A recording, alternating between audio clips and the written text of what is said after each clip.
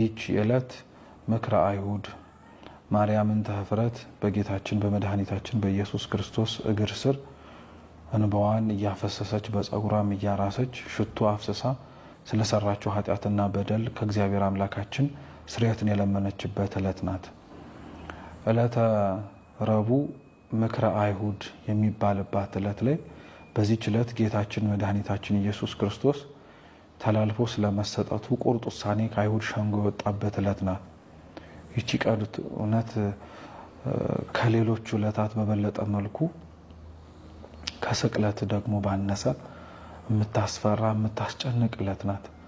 ይቺ ዕለት የሰማይ መላእክትን ሰብስቦ የሰው ልጆችን ላድናቸው ወድጃለሁ መርጫለሁ ብሎ አትፍጠረው ብለው ሲናገሩ፣ ነገር ግን በእመቤታችን በኩል እንደሚያድነው ቃል የገባለትን የሰው ልጆችን በላይ በሰማያት ቅዱሳን መላእክቱን ትቶ የወረደውን ጌታችን ኢየሱስ ክርስቶስን የፈጠራቸው የሰው ልጆች ተሰብስበው እንስቀለው ብለው የወሰኑበት ነው። ይህች ዕለት 12 ሐዋርያትን 72 አርድእትን 36 ቅዱሳት አንስት 120 ቤተሰቦቹን ሰብስቦ ስለ ዓለም ድህነት ቀን እየሰበከ ማታ ደግሞ ያስተማረውን በምስጢር እየተረጎመ ስለ ሰው ድህነት ይወጣ ይወርድ የነበረውን አምላካችንን በሌሊት በማታ ተሰብስበው ፍርድ አጉድለው ጌታችን ኢየሱስ ክርስቶስን ለመግደልና ለመስቀል የወሰኑባት ዕለት ናትና እውነት የሰው ልጅ እግዚአብሔር ያሰበውና እሱ ለእግዚአብሔር ያሰበለትን እንዴት የተለያየ እንደሆነ በጣም የምናይበት ናት። ይህች ዕለት ጌታችን ኢየሱስ ክርስቶስ ሰዎች ስለሱ ተሰብስበው ምን ያክል ክፋት እንደሚያስቡ ያየንበት ጥግ ነው። እግዚአብሔር ደግሞ በአንጻሩ ሰዎች ላሰቡት ክፋት ሊያረቅበት የሚችለውን የፍቅሩን ጥግ ያሳየበት ሳምንት ነው። በዚህ ዕለት ላይ አይሁድ ጌታችን ኢየሱስ ክርስቶስን ለመስቀል ብዙ ክሶችን ይፈልጉ ነበረ።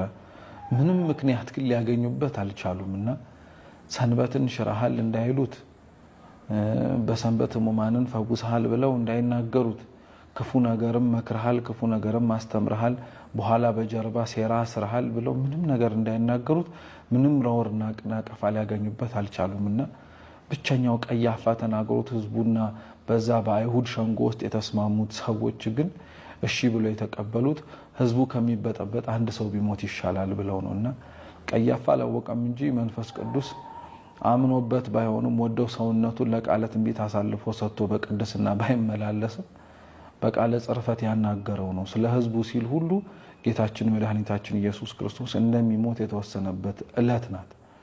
ይህች ዕለት ላይ አይሁድ ጌታችን ኢየሱስ ክርስቶስን ለመግደል በመስቀል ሞት ተላልፎ ለመሰጠት የወሰኑባት ዕለት በጣም ብዙ ነገሮችን ስለ አይሁድ የምታሳይ ናት። አይሁድ የዚህ ሸንጓቸው የራሳቸው ህግ ነበራቸው፣ በፍጹም የማያፈርሱት በፍጹም ለዛ ህግ ተገዢ ሆነው ለብዙ ሺህ ዓመታት የተገዙለት ነበር። ነገር ግን ያቺ ዕለት ላይ ስለ ጌታችን ስለ ኢየሱስ ክርስቶስ ብለው ግን ብዙ ህጎቻቸውን አፈረሱ። የአይሁድ ህግ ብዙ ነበራት። ሸንጓቸው በበዓል ቀን ፍርድ ማከናወን አይችልም ነበር። ጌታችን መድኃኒታችን ኢየሱስ ክርስቶስ ሊሰቀልባት በተወሰነባት በዛች በዕለተ አርብም ደግሞ ተፈርዶበት በተሰቀለበት ግን በዓል እንዳይደርስብን ብለው ስጋውን ለማውረድ ሲፋጠኑ አይተናል። ምርመራ በሚካሄድበት ምስክርነት በሚሰማበት ቀን የፍርድ ውሳኔ አይሰጥም። የምስክሮች ቃል እርስ በእርሱ ባይስማማ ተከሳሹ በነፃ ይለቀቃል። አንድ ምስክር በሌላ ምስክር ፊት ቃል መስጠት አይችልም። ከሳሹ ተከሳሹን በራሱ እንዲመሰክር ማድረግም አይፈቀድለትም። ለተከሳሹ ቢያንስ አንድ ጠበቃ ሊቆምለት ይገባል። ሊቀ ካህናቱ ሸንጎ ድምፅ እንዲሰጥ ይጠይቃል። ተከሳሹ ለምስክሮቹ መስቀለኛ ጥያቄም እንዲያቀርብ ይፈቀድለታል። አይሁድ እንኳን ወንጀል ፈጽሟል ያሉትን አንድ ወንጀለኛ እጅ ከፍንጅ ካልያዙት በስተቀር በምሽት ይዘውት ለፍርድ እንዲቀርቡ ሕጋቸው አይፈቅድላቸውም። በወንጀሉ አባሪ ተባባሪ በሆነው ሰው ጥቆማ ወንጀል የፈጸመውን አንድ ወንጀለኛ ሰው እንዲይዙም አይፈቅድላቸውምና አሁን የዘረዘርናቸውን እንኳን 10 የአይሁድ የሸንጎ ሕግ ብናየው በጌታችን ዘንድ ያላፈረሱት ምን አለ? እርሱን በእጃቸው አስገብተው ለማሰቃየት እርሱን በእጃቸው አስገብተው እንደነሱ ስርዓት በድንጋይ ተወግሮ እንዲገደል ሳይሆን በአይሁድ በሮማውያን ስርዓት መሰረት ከባባድ ወንጀልን የሰሩ ሰዎች እንደሚቀጡት በመስቀል ላይ ተቀጥቶ እንዲሞትና ለሚከተሉትም ሰዎች በሙሉ ሀፍረትን እንዲለብሱ ሊያደርግ የሚችል ምን ያላፈረሱትና ምን ያልመከሩት ነገር አለ በዚች ምሽት። ይህች ዕለት ስለኛ ሲል ብዙ ምክርን የመከረ ስለኛ ሲል ሰው ሊሆንን የወደደ ስለኛም ደግሞ ሰው ሆኖ የተመላለሰ ጌታችን ኢየሱስ ክርስቶስን የሰው ልጆች ደግሞ በሱ ላይ ምን ያክል በጀርባ እንዳደቡበት የሚነገር ነው።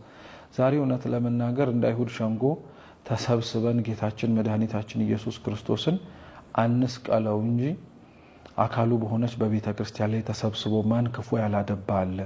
ማን ክፉ ያልተነጋገረ አለ? አካሉ የሆነች ቤተ ክርስቲያን ህንጻዋ ብቻ አይደለችም።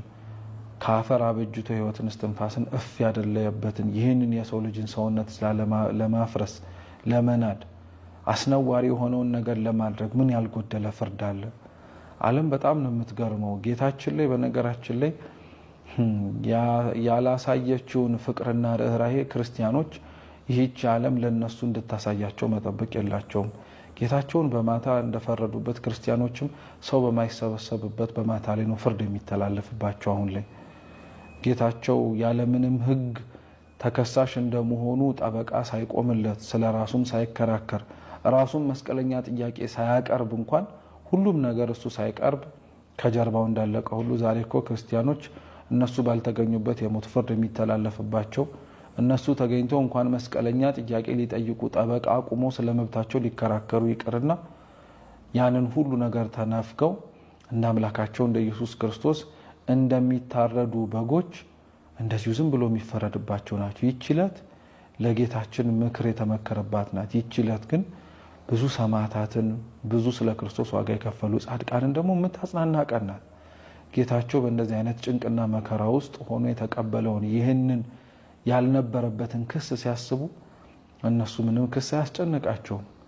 ሰማዕታቱ በአላውያን ነገስታት ፊት ቆመው እነሱ በቆሙበት ምክር ሲተላለፍ እነሱ በቆሙበት ላይ የሞት ፍርድ ሲወሰን እኮ ምንም እንዲያውም አይገርማቸውም። ለምን? ጌታቸው እሱ ሳይቆም ፍርድ ተወስኖበት በተወሰነበት ፍርድ ቤት ነበረ ቆሞ እንዲህ ተደርጎብሃል እየተባለ እንደ አዲስ ክስ ሲነበብለት የነበር።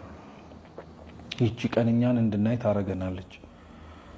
ቀጠለን በዚህች ዕለት ላይ ለተረቡን ማርያምን ታፍረት ወደ ጌታችን ወደ ኢየሱስ ክርስቶስ ገብታ ሽቶ የቀባችበት ዕለት ናት።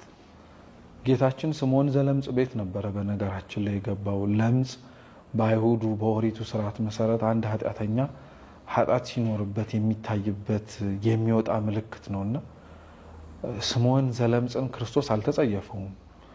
እሺ ብሎ ነበረ ያስገባው። ቤቱም ደግሞ ያርደረለትና እሱ ሳይጸየፈው የገባበትን ያችን ቤቱን ግን እንደሱ ለምጽ የሌለባት ማርያምን ታፍረት ግን ስትገባ በጣም ተናደደ። በጣም ይገርም እኮ ነው። የሚታይ ኃጢአት ያለን ሰዎች ክርስቶስ ሳይንቀን ቤቱ አቅርቦን የማይታይ ኃጢአት ያላቸውን ሰዎች ወደ ቤቱ ሲቀርቡ ግን ለመግፋት ያለን ፍጥነት ለመግፋት ያለን ችኮላ የሚደንቅ እኮ ነው። አምላካችን ኢየሱስ ክርስቶስ ያቺን ሴት ወደሱ ቀረበች። ይዛለት ልትመጣው የምትችለው ምንም ነገር አልነበራትም።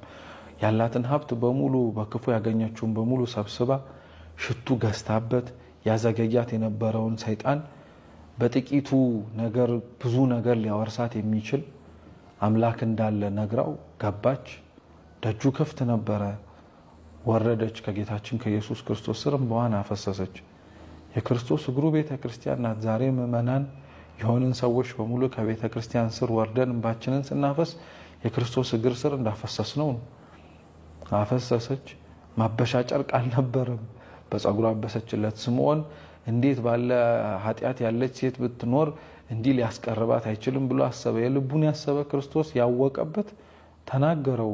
አንተ ከገባው ጊዜ ጀምሮ መች እንኳን በእግሬ አቧራ ሲነካው ለነበረው ሰውነቴ መች ውሃ አምጥተህ እንኳን አጠብከኝ? እሷ እኮ በእንባዋ ነው አረሳ ያጠበችኝ አለ።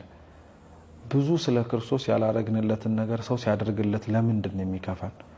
ብዙ እኛ ወደነዋል ብለን ለምንናገረው ክርስቶስ ፍቅራቸውን ግን እኛ ከገለጥንለት በላይ ለገለጡለት ሰዎች ለምንድን ነው የቅናት መንፈስና ክፉ የሆነ ሐሳብ የሚያድርብን? የማርያም እንተ ኀፍረትን ስቃይ የሚሰቃዩ እኮ ዛሬም ክርስቲያኖች ብዙ አሉ።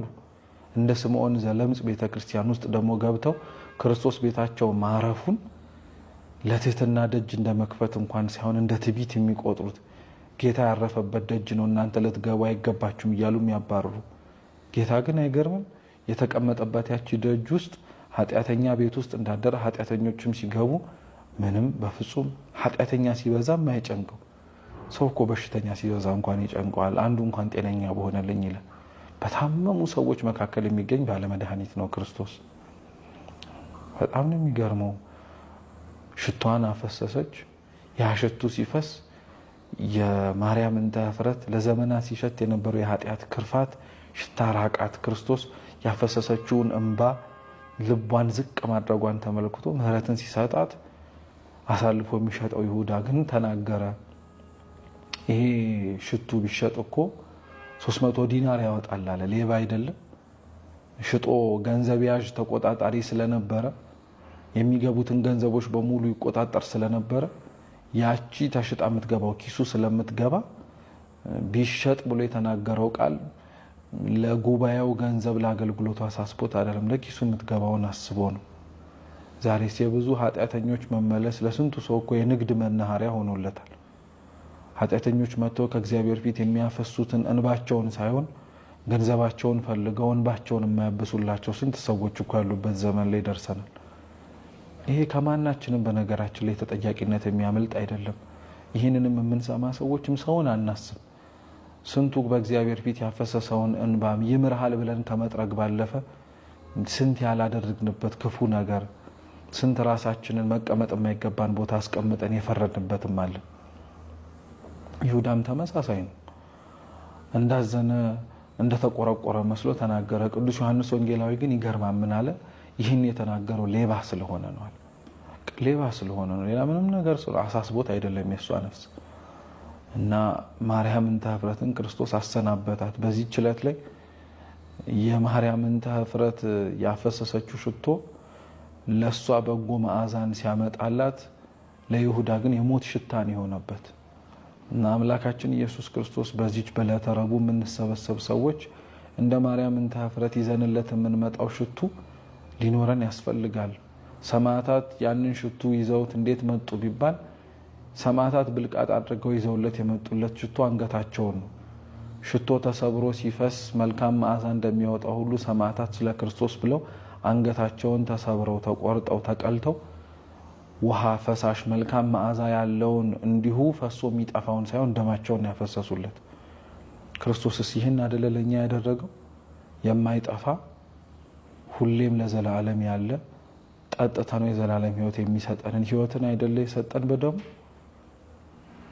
ማርያምን ተፍረት ብታፈስ እንባዋን ሽቶ ሰብራ ብታፈስ የራሷን ኃጢአት ነው ምህረት ያገኘችው ክርስቶስ ግን ደሙን ቢያፈስ ደሙን መሬት ላይ ደሙን መስቀሉ ላይ በየሁኔታው ሁሉ ጌታችን የተቀበለው ሕማም ክብር ይግባውና ለራሱ በደልና ኖር ኖሮበት አይደለም ለኛ ሁሉ የተደረገ ነው የማርያምን ተፍረት ፈውስ ለራሷ ነው የክርስቶስ ሕማም ግን ፈውሱ ደህነቱ ለኛ ለሁላችን የተደረገ ነው ስለዚህ እንደ አይሁድ የተሰበሰብንበት ራሳችንን የምናይበት እንደ ማርያምን ተፍረት ራሳችንን ለክርስቶስ ስጦታ ይዘን የምንገባበት እንደ ይሁዳ የሆንን ሰዎች ያባረርናቸውን ሰዎች መመለሳቸውን እያየን ገንዘብ ለመሰብሰብ የምንሮጥ ሰዎች የምንመረምርበት እንደ ስምዖን ዘለምጽ ኃጢአተኞች እግዚአብሔር በዙብኝ ብሎ ከኛ በላይ ሌሎችን እንዲያይ የምንገፋ ሰዎች ራሳችንን የምንመረምርበት ይችለት ናት